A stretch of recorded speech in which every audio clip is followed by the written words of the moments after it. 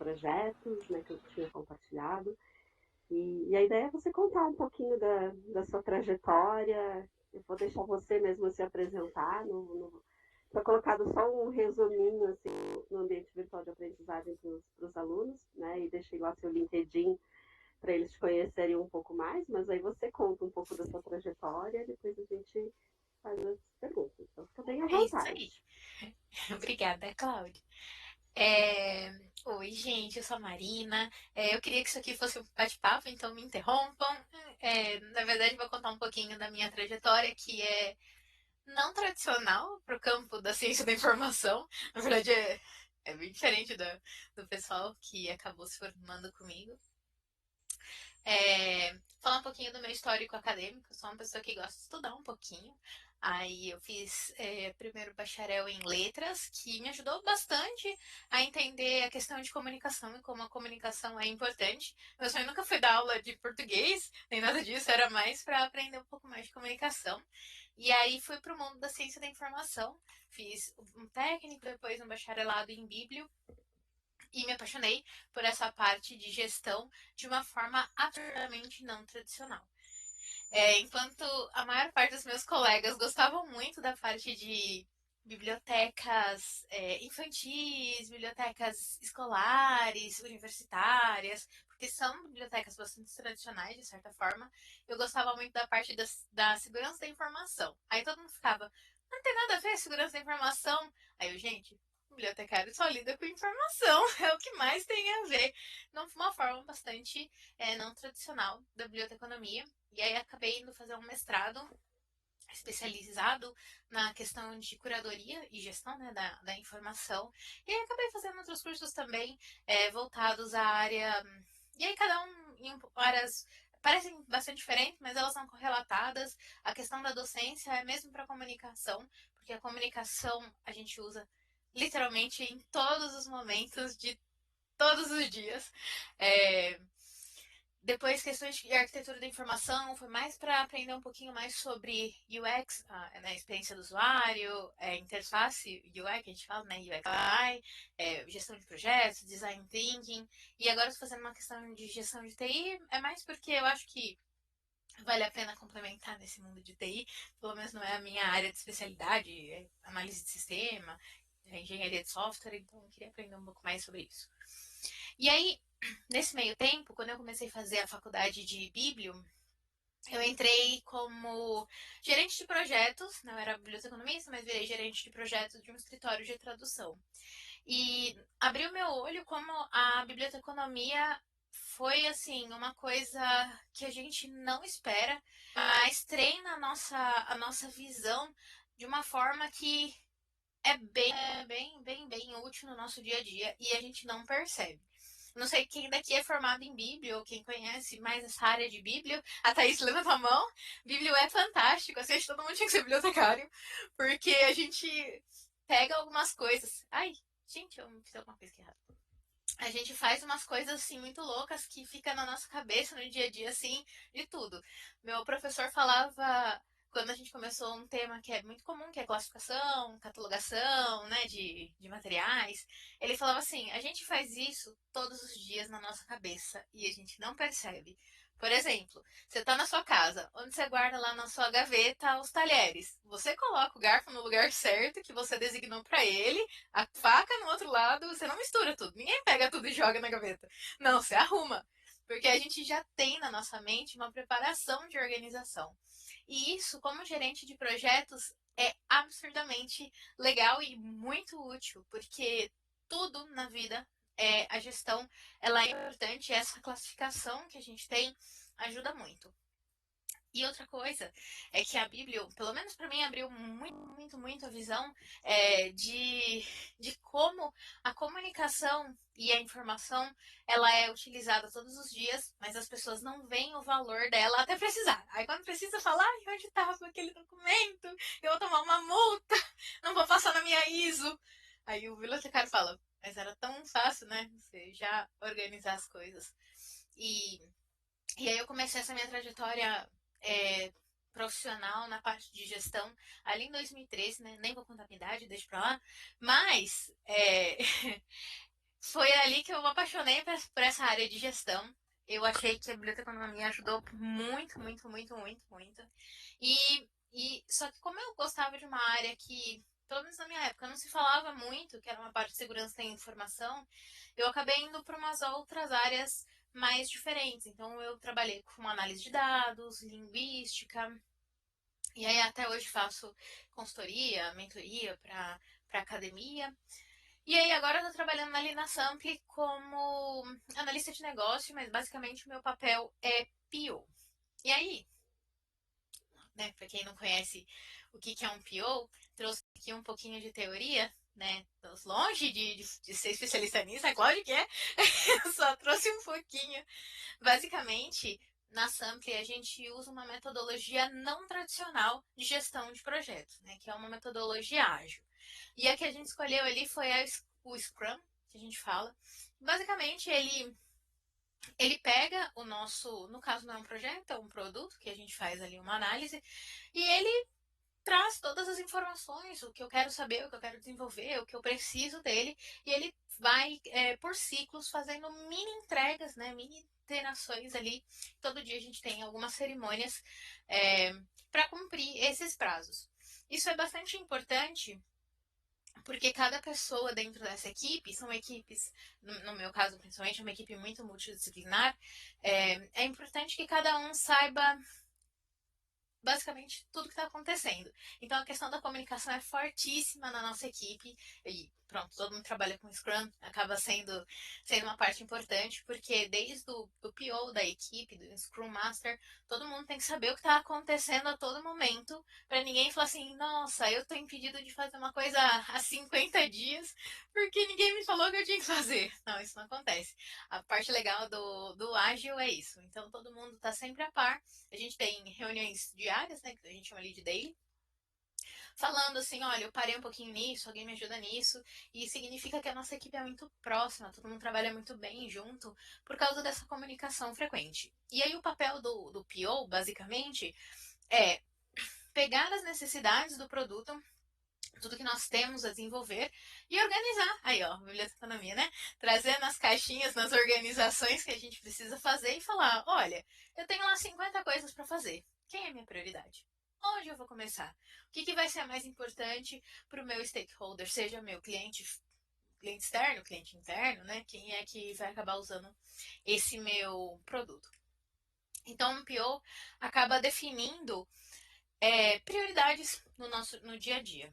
E aí eu tenho uma equipe bem legal, que é uma equipe bem diferente, acho que das outras equipes até da Sample, porque nós temos os meninos de desenvolvimento, que, pronto, faz a parte de software, né, a parte mais técnica, e aí a gente tem uma equipe de conteúdo, que temos uma estagiária de bíblio, e a equipe de medicina, então temos uma enfermeira, a doutora Simone, que é nossa médica, eu, que sou a PO, e a Cláudia, que é a nossa Scrum Master, e a equipe toda acaba fazendo um desenvolvimento de um programa, que é o módulo de um produto específico da Sampler. Então, não sei se vocês já sabem o que é a Sampler. Ela trabalha com desenvolvimento de softwares para seguradoras, né? A gente faz um SaaS para para seguradoras. E nós desenvolvemos, basicamente, um manual de subscrição, banco de regras, questionários e tudo que envolve esse desenvolvimento, desde conteúdo, processamento, desenvolvimento, qualidade, inovações, tudo para que os subscritores possam utilizar esse manual e levar informação organizada para as seguradoras, né, utilizá-la no dia a dia, o que eles precisam. Parece simples, né? Só que o conteúdo ali é uma coisa bem complexa, porque nós temos stakeholders bem diferentes. Eu tenho uma equipe de medicina, né, que lida lá com a parte de riscos de saúde, e aí eu tenho um desenvolvedor que fala totalmente de código de computador, e aí ele não entende, eles não se comunicam na mesma linguagem. Então o papel ali do PO é fazer essa mediação. Por isso que uma das soft skills mais importantes do PO é a comunicação, é a empatia, a gente poder ouvir, entender, analisar o que cada stakeholder ali vai pedir. O que mais? E aí queria falar um pouquinho sobre a diferença de um PM para um PO. São papéis diferentes, são momentos diferentes, eu já trabalhei com os dois e queria mostrar um pouquinho para vocês, não falar um pouquinho para vocês como que a gente acaba trabalhando em cada um deles. Quando eu trabalhava como PM, né, Project Manager, o que faz um PM? No geral, mas não é sempre assim, 90% das vezes o PM trabalha com metodologias mais tradicionais, aquelas metodologias que eles chamam de waterfall, metodologia cascata, que basicamente o PM vai pegar um projeto, ele vai começar, ele vai olhar assim, tudo que eu preciso daquele projeto, vai pegar do começo ao fim, ele vai fazer um planejamento assim, ó, no próximo ano a gente vai entregar tudo isso. É muito comum você ver PMs em projetos de engenharia, em construções, por exemplo, de rodovia, de edifícios. Engenharia quase sempre vai ali usar o waterfall. Nos que eu trabalhava também, trabalhava ali de tradução, que eram projetos muito longos, às vezes 6 meses, 2 meses, e a gente acabava trabalhando ali como PM, por isso a gente fazia uma gestão muito mais, eu vou dizer holística, né? Uma coisa muito maior, muito mais macro. Eu gerenciava mais a parte de cronograma, recurso, tem que saber quanto que eu tenho de dinheiro, quanto eu vou gastar, qual o risco que vai ter, se eu entregar daqui 6 meses e não der, eu vou ter que pagar hora extra, toda essa parte que era um pouco mais complexa. Diferente do PO. O PO hoje, eu trabalho mais com uma parte mais tática, literalmente no dia a dia. Eu tenho que ver a operação do dia a dia. Eu quero saber o que todo mundo está fazendo a toda hora, exatamente porque eu tenho interações mais rápidas. Meu produto não vai ficar pronto em 6 meses. Eu não levo 6 meses para entregar um projeto. Eu não, digamos assim, eu não estou preocupada com o custo de 6 meses. Eu tenho que saber daqui 2 semanas. Então são tarefas muito mais rápidas. Eu preciso de mais agilidade. Então eu preciso estar muito mais próxima da minha equipe, do meu stakeholder, eu preciso toda hora ficar fazendo testes de usabilidades, de usuário, pedir feedback. Então, o PO, ele trabalha muito, muito, muito mais próximo do seu da sua equipe e do seu objetivo. Não significa, por exemplo, que meu produto vai ficar pronto em uma semana. Não é assim. A gente espera que o produto lá dure 2, 3, 5 anos de desenvolvimento, mas a gente tem, digamos assim, entregas muito mais rápidas e muito mais pontuais. Então, eu, por exemplo, acho muito mais complexo ser um PO hoje do que ser um PM, como eu trabalhava antigamente, porque eu tinha menos projetos, às vezes eu tinha 20, 30 projetos lidando por mês, 2 meses, mas eu organizava tudo num dia. Tinha ali 6 meses para ficar olhando tudo com calma. Hoje não, tudo história de um dia e você tem que resolver naquele dia, então são coisas muito mais rápidas. Mas, enfim, né? Cada empresa vai ter um modelo também diferente. E é muito comum, dependendo da empresa que você trabalha, ainda mais se for empresa de tecnologia, é comum a gente ver essas duas metodologias misturadas. Então, às vezes, você está como um PM, fazendo lá todo o desenvolvimento, falando assim, olha, o seu projeto vai demorar 1 ano para implantar, vai custar X tanto, X tanto, X tanto. Mas depois, no dia a dia, acabar trabalhando mais como um PO, mudando um pouquinho esse papel. Acontece bastante até. Já trabalhei numa empresa que o time de PMs, na verdade, agiam mais como POs ao longo dos meses do que PM mesmo. Mas é comum acontecer isso, é bom saber, por isso que gestão é importante saber todos para você ir adequando o que você precisa no meio do caminho. E aí, falar um pouquinho do que eu faço no dia a dia. Acho que o principal papel do PO é a priorização das demandas. Então, o que meu produto precisa, de tudo que eu tenho para fazer, qual a importância ou qual é o foco que eu vou dar nessa minha sprint, que no caso pode ser uma semana, 2 semanas, um mês, né? Não é comum fazer sprints mais longas do que um mês, mas isso acontece. A gente na Sampre usa de 2 em 2 semanas, de 15 em 15 dias. Então, eu penso assim, tá, nos próximos 15 dias, qual é a entrega que tem mais valor para o meu stakeholder? Seja algo que eu estou em andamento e preciso terminar, ou algo totalmente novo, uma correção, um bug, uma melhoria de segurança. O que daqui 2 semanas eu preciso entregar que vai trazer mais valor para o meu cliente, mesmo que seja um produto, o que a gente chama MVP, né? O mínimo viável para entregar para ele, mesmo que não seja perfeito. Tá tudo bem. Mas para que eu consiga priorizar, eu tenho que ter que a gente chama ali de backlog, né? Basicamente a lista dos meus desejos e vontades de fazer do meu produto, ele tem que estar minimamente organizado. O que, eu vou dizer a verdade, é a minha maior dificuldade, porque a gente quer fazer tudo e não tem tempo de fazer tudo. E o meu backlog não pode ser uma lista de sonhos, falando assim, daqui 2 anos eu queria que ele tivesse X coisa. Não pode, porque daqui 2 anos é muito, muito longe. Daqui 2 anos muitas coisas mudam. Então, saber aonde o meu backlog está saudável, ou seja, tem a quantidade ideal de tarefas para daqui os meus 15 dias, 30 dias, mas não é nada maluco. Eu acho que isso é ainda uma das coisas para mim que é muito complexa, porque, e eu vou dizer, a Cláudia daqui, ela sabe, meu backlog não é muito saudável, ele é 80% saudável. Mas é porque é normal, a gente acaba tendo uma ideia e falar, agora essa ideia já tá velha, mesmo passou um mês, já não tá mais legal, então é uma coisa que a gente precisa voltar sempre.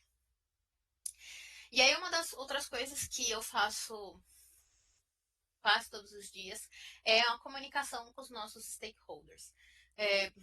90% do tempo eu diria que eu, particularmente, trabalho com os nossos stakeholders internos, mas é muito importante a gente conversar com os nossos clientes externos, mesmo que eu seja, por exemplo, só do desenvolvimento e eu não vou entregar o negócio direto para ele. Por quê?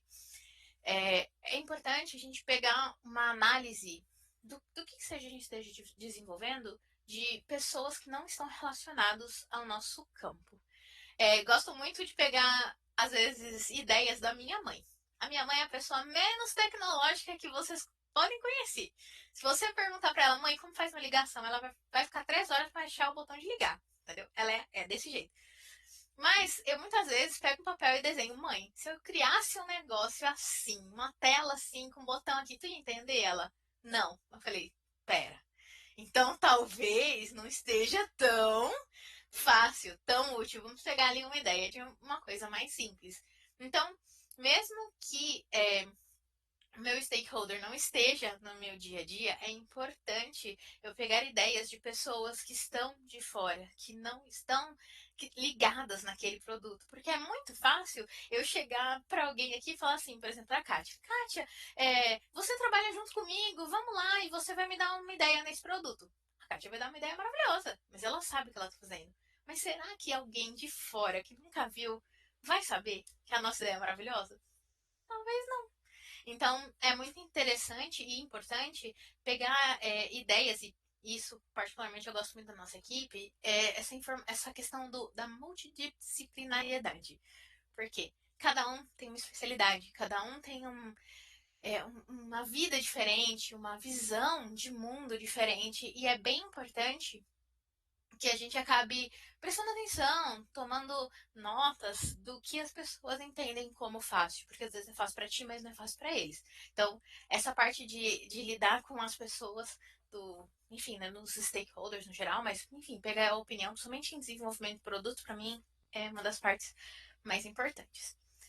E aí, por último, mas não menos importante, uma das coisas que o PO faz todos os dias é acompanhar o que a gente chama de cerimônia da Scrum, que são as reuniões constantes que nós temos com a equipe, seja as deles, análise de backlogging, que a gente fala ali de backlogging grooming, que basicamente é voltar no meu backlog e falar, isso aqui não faz mais sentido, isso faz, eu tive outra ideia. Então é importante a gente meio que ter um acompanhamento bem próximo da equipe. Falei um monte. Tá tudo bem aqui, gente? Vocês estão entendendo? Tudo certo? Tudo bem. Tudo bom. E aí, uma coisa bem importante é que o PO tem que ter, isso não é fácil, isso não é uma coisa intuitiva, é uma coisa que a gente treina e treina e treina e treina e treina todos os dias. É a questão de tomada de decisão. Por quê? Para eu decidir o que vai entrar no meu backlog e no meu backlog, o que vai entrar na minha sprint, o que vai entrar no meu desenvolvimento, eu preciso escolher. E aí é a responsabilidade do PO. Eu posso falar que hoje eu quero, sei lá, cortar abacaxi, por a equipe toda cortando abacaxi. Isso é relevante pro meu produto? Talvez não. É legal? Deve ser. Mas será que é útil? Não sei. Então, a tomada de decisão é uma coisa muito importante. A gente precisa sempre entender do negócio, do contexto que a gente está. E aí, uma parte que pode ser meio chata, mas é bastante importante, é a questão de análise de dados. O PO está a todo momento sendo bombardeado por 1 milhão de métricas e dados, e vale a pena parar um minutinho e analisar tudo que já fez e já deu certo, tudo que você já tem de ideias, tudo que você já tem de dados, fazer análises a todo momento para conseguir criar é, esse, essa sensibilidade nessa tomada de decisão.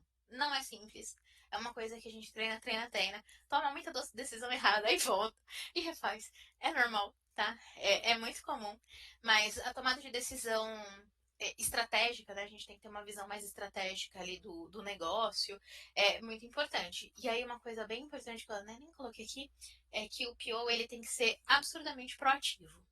Por quê? Eu tenho que entender do meu negócio. Eu sei, por exemplo, quando eu entrei na Sambra, eu sabia de seguro? Não, tinha nada de ideia. Nem sabia para que servia. Tudo bem, então a gente tem que estudar. Porque eu preciso entender o que faz a empresa que eu tô, o que fazem as empresas parecidas com a minha, quais são os públicos que isso vai afetar, como que um público compra isso. Então, mesmo que o meu cliente não seja, sei lá, a pessoa que vai contratar um seguro, eu preciso saber como que ela vai ser afetada. Então, o PO, ele precisa ter uma visão bastante é, ampla do negócio dele. Então, tem que sim que ser curioso, tem que perguntar, falar assim, eu não entendi, não tem problema em entender, tem que perguntar e aprender, porque a tomada de decisão influi muito em como o seu produto vai ser desenvolvido. E um produto mal desenvolvido é ruim, né? O PO ele não quer, porque o produto mal desenvolvido ninguém usa, se ninguém usa não tem valor, e aí você ficou meses trabalhando por uma coisa que não deu certo. Aí é chato, né? Então é legal fazer as coisas direitinho. E aí, desafios. O que é difícil no dia a dia? É, apesar de ser muito importante conversar com as pessoas, é muito difícil lidar com as visões conflitantes. Por quê? Vou dar um exemplo que aconteceu essa semana. Nós estamos num desenvolvimento que é bem legal.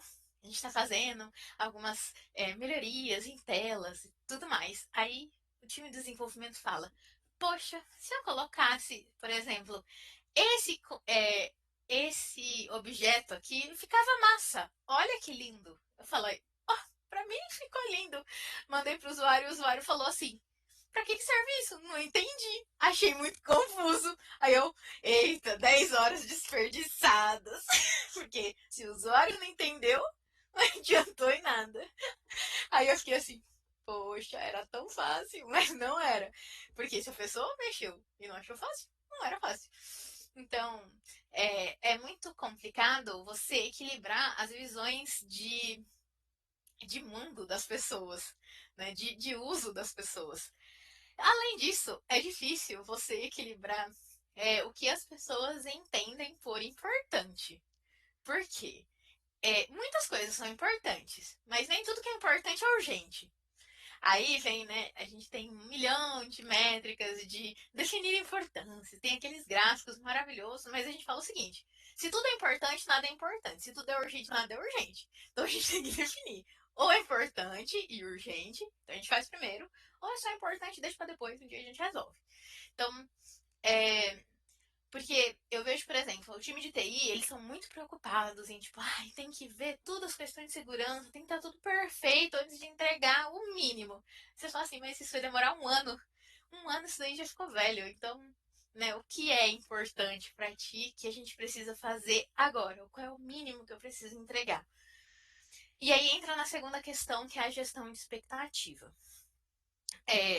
Todo o nosso contato com todas essas pessoas, eles esperam algo que está na cabeça dele. Porque pensa, a gente está desenvolvendo uma coisa que não existe.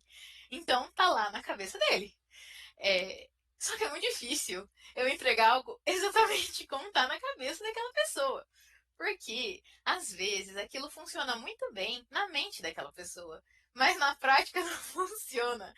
Então, quando a gente começa a levar a ideia fictícia que ele tem para a realidade, não dá certo. Aí você fala, olha, então em vez de fazer azul, eu fiz verde, porque o azul não deu. Aí ela fala, mas na minha cabeça dava. Mas na sua cabeça não é a realidade, gente. Então é muito difícil fazer a gestão do que as pessoas esperam no dia a dia, né, na cabeça deles, do que a gente faz eventualmente, né? Por exemplo, hoje a gente tá reconstruindo uma tela, foi pro design, ficou lindo no design. Os meninos foram fazer certinho. Aí não deu certo. Porque ele falou, cara, se você colocar um botão aqui, mais outro aqui, a tela toda vai travar. É muito botão junto. Eu, ok, que faremos? Ele, tirar um botão. Eu falei, ah, se eles queriam os botões, o que, que eu faço? Né? Então, essa é a questão difícil. Fala, Thaís. Meio que você já respondeu, mas é que eu fiquei assim pensando. Eu imagino que eu entendo pouco ainda assim, né, muitos termos e tal, muita informação nova, mas eu imagino que os diferentes stakeholders nem sempre vão ser pessoas que entendem de projeto, né? Vão ser geralmente leigos. Então eu imagino a dificuldade de equilibrar realmente essa expectativa, pensando na pessoa tendo uma ideia que como você falou, né, na cabeça dela funciona, mas assim, como que lida com essa frustração de mostrar que seu serviço está sendo feito correto, ele é uma proposta boa, e assim, versus a opinião de pessoa leiga, né? Porque não querendo ser, sei lá, taxativa e tal, mas geralmente a opinião de pessoa leiga é sempre mais difícil de lidar, porque a pessoa ela tem certezas que não condizem com a realidade, assim. Então, eu já entendi que é um desafio, né? É sempre uma questão. É muito. Aí eu vou contar uma pra você, que aconteceu essa semana passada e que a gente ficou assim, eu não aguento. A gente foi passar um prazo para um cliente, tipo assim, olha, esse desenvolvimento demora 30 horas para ser feito, mas demoram 30 dias para ser feito. 30 horas em 30 dias. Aí a pessoa, não, porque se você trabalha 8 horas, são 8, 16, 24, 32, você faz em 4 dias. Eu, não é assim, ó, presta Full atenção. time, super dedicado, só É, isso.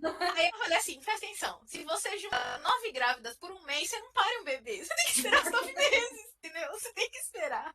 Não adianta, tem coisas que são processos. Tu tem que esperar o processo todo. Aí a pessoa ficou, então, mas se juntar eu não dá, moço, não dá. Então tem coisas que a gente precisa fazer essa gestão de expectativa. Coisa que legal, a gente consegue fazer de outra forma, fazer mais rápido. Tem coisas que sim, mas eu falei, né, não dá pra juntar 9 grávidas em parir em um mês. Não é assim que funciona. Então, a gente precisa ter um jogo de cintura e entender qual é a prioridade do cliente. Até porque, não só do cliente externo, mas nosso cliente mesmo, muitas vezes ele não sabe o que ele quer. Ele fala assim, eu preciso de um negócio. Aí, tá, mas que negócio? Negócio pra quê? Ah, eu queria um negócio pra pôr informação. O que você quer? Um campinho? Um bloco de notas? Um papel, uma caneta? O que você precisa, pessoa? Pra que precisa? Então, você precisa começar a fazer perguntas, a gente fala de perguntas chaves. O que a pessoa, você tem que ir levando a pessoa a entender, até se for assim, ah tá, você só precisava de um bloco de notas, um caderno, eu compro pra ti. Pronto, é isso. Às vezes é uma coisa muito mais simples do que um desenvolvimento que demorava 6 meses para fazer. Mas às vezes a pessoa realmente não tem essa visão do todo. E você, como um especialista, precisa ir guiando ela para lá. Desculpa, pode falar. Não, imagina, eu só ia fazer o que também, né, vai muito de encontro, Você ficou muda. que vai muito de encontro com a famosa entrevista de referência, né, que existe lá na ciência da informação, que os arquivistas também fazem, né? Então, quando chega um usuário que ele solicita um documento, ele não sabe exatamente em qual documento está aquilo que ele precisa, né? Então, essa entrevista de entender o usuário, aquilo que ele precisa, né, para a gente conseguir traduzir, que também, né, se aplica dentro da gestão de projetos aqui. Muito! Eu não sei se vocês já leram um trabalho do Valdomiro Vergueiro, acho que é talvez pessoa mais a sumidade no Brasil sobre estudo de usuário, uso, experiências de usuário. No caso, ele fala muito sobre bibliotecas, arquivos, mas mais bibliotecas. E isso é uma coisa que a gente faz muito sem perceber, essa questão de estudo do usuário. Uso, experiência do usuário, e no caso, bibliotecas, enfim. É fazer essas perguntas inteligentes. Então, se alguém chega para você falando, eu quero, por exemplo, um livro. Aí você começa a perguntar, tá, qual é a história do livro? Não, mas ele tem uma capa vermelha, tá? Mas ele tem uma capa vermelha. Aí tu começa a perguntar, mas qual é a história do livro? Ele fala, é sobre guerra. Tá, mas é guerra fictícia ou guerra real? É guerra real. Você quer saber de X coisa? E tu começa a fazer perguntas até descobrir que ele queria um livro da Segunda Guerra Mundial, que é a biografia de alguém. Perfeito. Mas essas perguntas você só vai conseguir fazer e pegar com o tempo. Claro, quanto mais experiência você tem no seu produto, mais você guia ele para o que você já tem ou para algo semelhante. Mas também tem uma coisa aqui que tem que tomar muito, muito, muito, muito cuidado. É de não induzir o seu stakeholder a uma resposta errada só porque você não quer fazer. Porque você fala assim, meu Deus, ele tá pedindo um negócio muito, muito cabuloso, isso vai demorar um ano pra fazer. E se eu oferecer outra coisa? Pra ele vai ser a mesma coisa. Tem certeza? Não era só fazer perguntas melhores, entender realmente o contexto dele e talvez fazer um desenvolvimento um pouco menos complexo que já atenderia ele. Então, a gente tem que tomar muito cuidado. E uma coisa bem importante, PO não pode ter PO e PM, mas PO principalmente, não pode ter julgamento de valor. Nunca. Eu não posso dizer, o que você quer tá errado. Você não sabe para que a pessoa quer. Você imagina, mas você não pode ter julgamento de valor. Não pode. Você tem que falar assim, olha, tá, mas para que tu precisa disso? Como você vai usar isso? Isso vai ser útil para ti de que forma? Fazer perguntas assim, mais. Eu gosto de falar mais carinhosa, assim, né? A gente levar ele mais com carinho, ter um tato ali. Então, eu acho que é mais nesse sentido. Só que não é fácil, tá? A gente tem que treinar tudo isso. É muito treino. Até porque a gente perde a paciência às vezes. Mas a gente tem que não perder. Não é fácil, mas você não pode perder. E aí, questões ali de soft skills, acho que te falei bastante, na verdade. Comunicação, empatia, colaboração, isso é meio que básico. Mas uma coisa bem importante é a questão de visão estratégica e liderança. O PO, principalmente, tem que ter uma certa liderança ali, porque você que vai acabar repassando tarefas nesse sentido. Não é falar assim, eu mando em ninguém. Não, não é nesse sentido, tá? É só porque você tem que meio que estar controlando ali, fazendo a gestão do dia a dia das atividades. Mas a visão estratégica é importantíssima. Só que visão estratégica não é fácil. Não é simples. E não é algo muito natural pra gente, tá? Até porque ninguém treina isso pra gente desde pequeno, tá? Não treina. Ninguém treina a gente pra jogar xadrez o dia inteiro. Devia treinar na escola, mas ninguém treina, né? Mas é super, super, super importante ter uma visão estratégica focada, pensando ali no futuro do seu negócio, do seu produto, mas pensando que eu não posso demorar um ano para entregar nada. Então, é muito difícil fazer esse balanceamento de risco. A gente chama, né, de análise de risco ali, aqui que é mais simples. E aí, né, trazendo ali um pouquinho de acessão também do time de CI, o que a CI ajuda no dia a dia? Eu digo até por mim. Primeira coisa, organização da informação. Acho que isso daí mudou a minha forma de ver o mundo, mas isso ajuda muito a gente no dia a dia, principalmente com a gestão de processos. Por quê? O arquivista e o bibliotecário tendem a ser absurdamente organizados, não digo com todos os aspectos da nossa vida, porque eu, por exemplo, uma bagunceira dentro de casa, mas no trabalho a gente acaba sendo, porque como você é tão focado em informação, você não quer perder, e você fala assim, nossa, eu perdi tanto tempo para achar um negócio que podia estar arrumado, então você acaba treinando muito isso. E a gente lida muito bem com questões de mudanças rápidas, de atualizações rápidas da informação, de acesso, e isso é muito importante. E depois que a gente falou, questão de de estudo de usuário. Isso também é outra coisa que é bem importante. E é isso, gente, eu acho. Era só. Mas aí é isso. Se quiserem perguntar uma coisa, um pouquinho mais, perguntar do dia a dia, de PM ou de PO.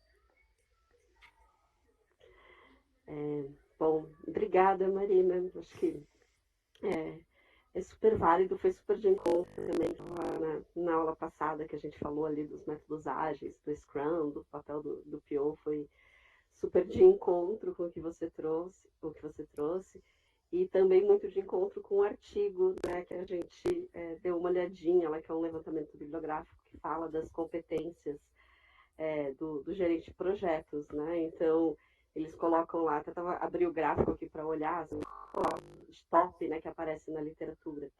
São todos itens que você trouxe, né, que é as características mais importantes, que aparecem mais, é liderança, comunicação, organização, visão de negócio, planejamento, né, e conhecimento do produto, né. Então, se a gente pegar nos gráficos lá, as comportamentais, contextuais, gerenciais e técnicas, né, são bem que, que você trouxe, então vai bem de encontro.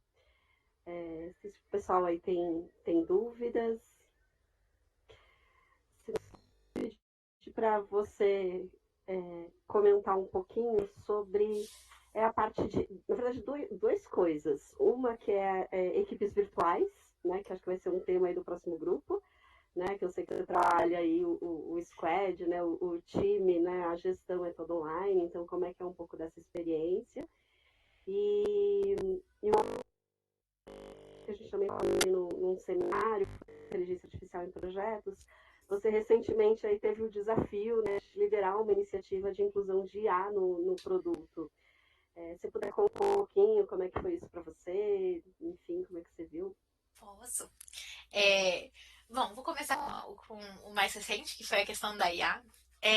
Gente, a IA é uma coisa louca. Você fala assim, eu não entendo nada, aí você começa a mexer, você fala, entendo menos ainda, e você se diverte. É muito legal.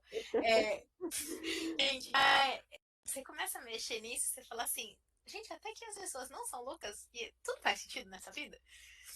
Nós fizemos um desenvolvimento que foi pegar tudo que nós temos no nosso manual de subscrição e mandar isso para uma IA generativa. A IA generativa, ela transforma aquele conteúdo numa linguagem mais próxima ao usuário. Então, numa linguagem natural que a gente fala. Basicamente, eu fui lá perguntar o que é diabetes? Aí ele me respondia num textinho bonitinho, falando: diabetes é uma doença que tem X de métricas e tal. Para o usuário leigo, isso facilita muito.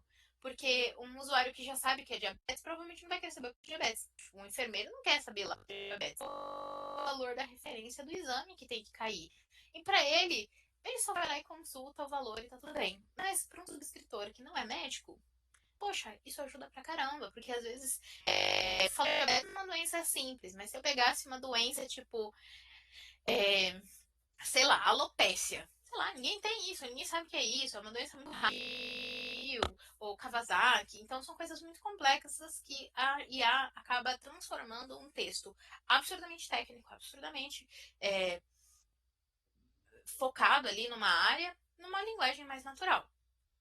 O que ajuda muito o usuário, né, que vai usar. Mas pra gente que, por exemplo, pra mim, que não sou de TI, acho tudo isso uma bruxaria, eu acho isso super mágico. Você vai lá e fala assim, uau, esse negócio faz isso. Só que, pensando bem, ele não tá fazendo um milagre. O que ele é?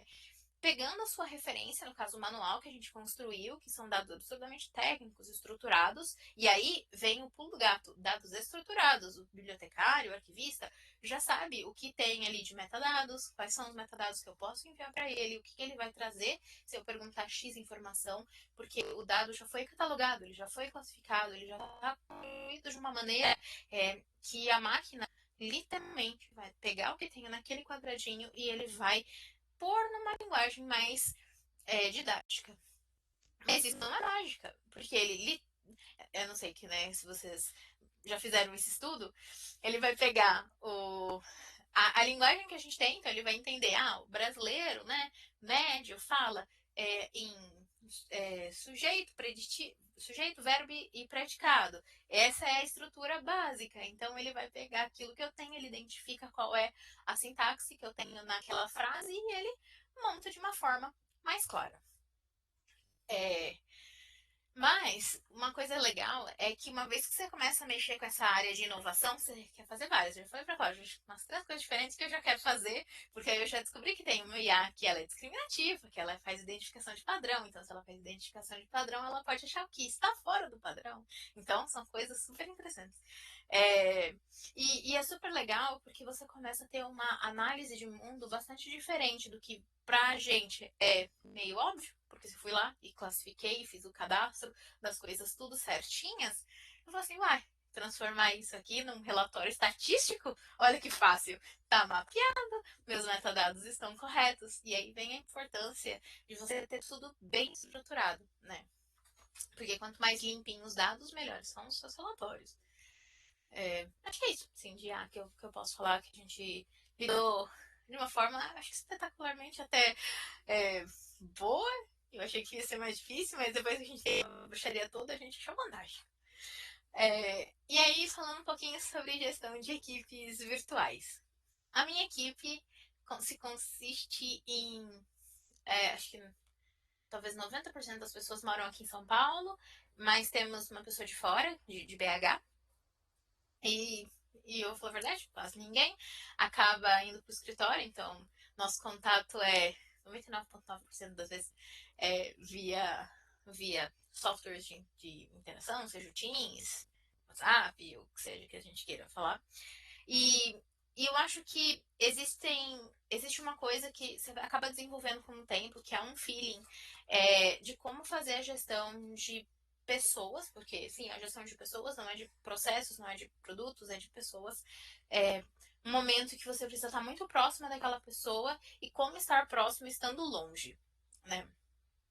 Então, uma coisa que é muito importante é a questão da clareza e da objetividade e da transparência em todos os momentos na comunicação com a sua equipe. Então, por exemplo, hoje eu estava um pouco mais fora do Teams e tal, da rede de comunicação, que eu estava no escritório resolvendo umas coisas presenciais, e eu falei para a equipe, gente, vou estar no escritório, se precisarem, mandem mensagem no WhatsApp que eu vou ver mais rápido do que... E o pessoal aciona quando precisa, porque eles sabem que se eles têm uma urgência, uma emergência, eles vão respeitar o meu tempo, assim como eu vou respeitar o deles. Eu vou falar, eu preciso de ti agora. Ela vai falar, agora eu não posso, daqui 10 minutos eu consigo. Porque a gente sabe que cada um tem um tempo diferente, tem uma tarefa diferente, cada um tem um momento diferente ali de executar as coisas. Então, uma das coisas é que diferente do que acontece, e eu acho que também vale um pouco de você desenvolver isso, é a ansiedade. Não adianta eu mandar mensagem para a pessoa e querer que ela responda agora. Você tem que entender, cada um tem um momento diferente para responder ou para resolver as coisas. Outra coisa é a questão do estar no controle ou ser controlador. São coisas diferentes, muito diferentes. Eu gosto de estar no controle das tarefas que eu passo para a equipe, por isso que nós temos deles. Por isso que eu pergunto, gente, as tarefas estão feitas? Alguém precisa de ajuda? Eu posso ajudar de alguma coisa? A Cláudia pode ajudar? Alguém mais pode ajudar? Isso é estar no controle, você saber o que está acontecendo. Ser controlador é ficar a cada 5 minutos perguntando: você já terminou? Você já terminou? Você já terminou? O que não ajuda em absolutamente nada. Só dá raiva.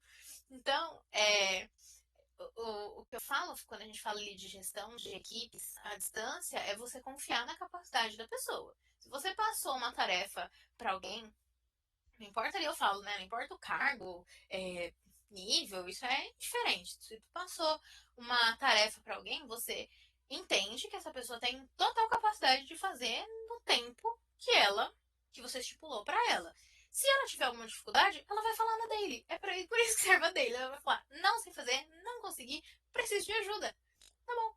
Então a sua equipe já tem essa liberdade para falar contigo e falar assim, ó, tu me passou um negócio que eu não sei como fazer, eu não quero fazer, eu tô de saco cheio. Tá bom. Então, como é que eu posso te ajudar para que a tarefa seja mais tranquila para ti, seja menos estressante, você entregue de uma outra forma ou para outra pessoa entregar uma coisa de qualidade. Então, é você estar muito aberto a todos os momentos em ouvir as pessoas. Então, por exemplo, na semana passada mesmo, passei mal, tive uma crise muito difícil de sinusite, falei pra Cláudia, eu não vou trabalhar hoje, não tô bem. Aí ela falou, tá bem, tá tudo bem, tá, é vida, acontece. Amanhã você recupera, tá boa, continua. Então, é saber que todo mundo tem seu limite, e uma coisa que eu aprendi, assim, nos anos de gestão, já tive vários gestores, uns muito bons, uns muito ruins, né, uns meio, até, acontece, né, é que o pessoal fala assim, você tem que dar 100% todos os dias. Não, na verdade a gente tem que dar 100% na semana. Um dia 10%, um dia 50%. Vai indo lá no seu dia, que nem todo dia é igual. Desde que você tem a sua equipe, você tem alguém para te apoiar. E é o que eu falo, clareza, você tem que ter clareza. Hoje eu mesmo cheguei na equipe e falei, gente, a gente tem que fazer um trabalho que ninguém quer fazer de jeito nenhum, mas tem que fazer, vamos sentar e fazer. Todo mundo sentou e fez. Tudo bem. Tem dia que é mais chato, tem dia que é legal. Eu acho que vale muito a pena você ter é que eu falo, né? Empatia. Eu acho que todo momento a gente tem que ter uma empatia, que são pessoas trabalhando com seus problemas nas suas próprias casas, no seu escritório, onde esteja trabalhando, a luz falta, a internet cai, o cachorro late, o papagaio grita, então, tudo bem, acontece, e a gente tem que ter paciência. E é o que eu falo, é ter controle das coisas, não controlador. Ser controlador não serve de nada, só atrapalha. E é isso, acho. Falei demais. Não, mas acho que foi ótimo, Marina, e foi super no tempo ali. Deixei um recadinho no chat, tá, pessoal?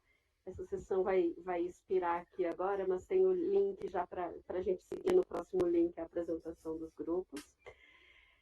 Marina, super te agradecer, né? Acho que todo mundo gostou, todo mundo acho que deve ter gostado tanto quanto eu gostei.